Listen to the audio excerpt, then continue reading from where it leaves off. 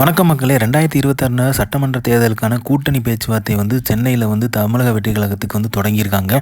So முதல் கூட்டணி யார் கூட பார்த்தீங்க அப்படின்னா தமிழ்நாடு முஸ்லீம் லீக் நிர்வாகிகளோட நடத்தியிருக்காங்க ஆலோசனை.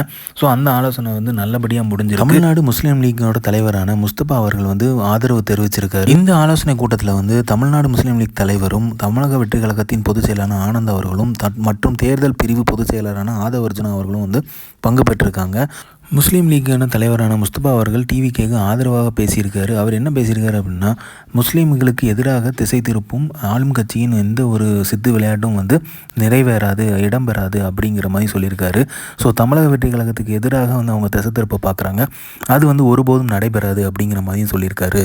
இஸ்லாமியர்களுக்கு தாவேகா சார்பிலேருந்து எந்த ஒரு அங்கீகாரம் தரவில்லை அப்படிங்கிற மாதிரியும் பொய்யான தகவல் பரப்பிட்டு இருக்காங்க. ஸோ அந்த மாதிரிலாம் எதுவுமே கிடையாது அப்படிங்கிறதையும் கிளியர் கட்டாக சொல்லியிருக்காரு.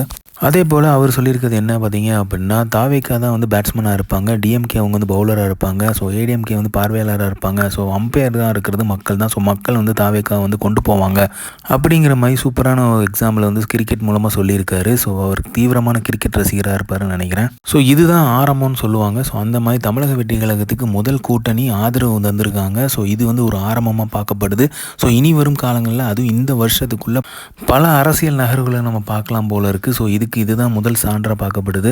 ஸோ அந்த அளவுக்கு ஒரு கூட்டணி வலுவாக அமையணும் அப்படிங்கிறது தளபதி தன்னோட முதல் மாநாட்டிலே சொல்லியிருந்தார்.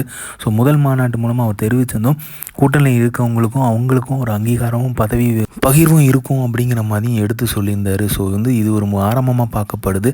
ஸோ இந்த வருஷம் களகட்டும்னு நினைக்கிறேன் அரசியல். ஸோ கொஞ்சம் பொறுத்து பார்க்கணும். அதே மாதிரி தமிழக வெற்றி கழகத்தோட அரசியல் மாற்றமும் என்ன அப்படிங்கிறதையும் நம்ம போக போக பார்ப்போம். ஸோ தளபதியோட நகரும் எப்படிங்கிறத நம்ம பார்க்கலாம். ஸோ இந்த மாதிரி தளபதி அப்டேட் தெரிஞ்சுக்கிறதுக்கு லைக் பண்ணுங்கள், ஷேர் பண்ணுங்கள், ஃபிலிமா சேனலை சப்ஸ்கிரைப் பண்ணுங்கள். தேங்க்யூ.